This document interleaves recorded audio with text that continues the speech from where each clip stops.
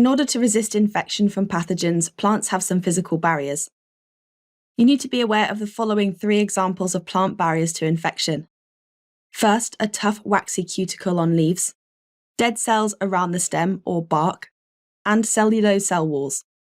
So what do we know about the waxy cuticle? The leaves have a tough layer known as a waxy cuticle that acts as a barrier against infection. This diagram shows a leaf cross-section. And these are some potential pathogens that might infect the plant. The outer layer on the surface of the leaves acts as a barrier to these pathogens.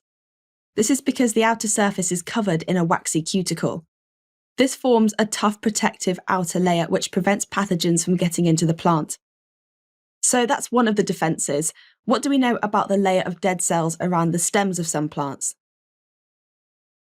Many plants also have layers of dead cells around the stems that act as a physical barrier and can shed and fall off. The most well-known example of this layer of protective dead cells around the stem of plants is the bark. The idea of these dead cells is that they can fall off or shed and carry pathogens away. The bark acts as a physical barrier to these pathogens.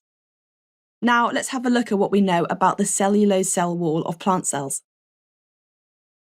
Plant cells themselves have cellulose cell walls, which also act as a physical barrier against pathogens. This simple diagram shows a plant cell. If we look closely at the outer part of plant cells, we notice that there are 2 layers. Remember that the inner part is the cell membrane and the outside layer is the cell wall that's made up of the tough molecule cellulose.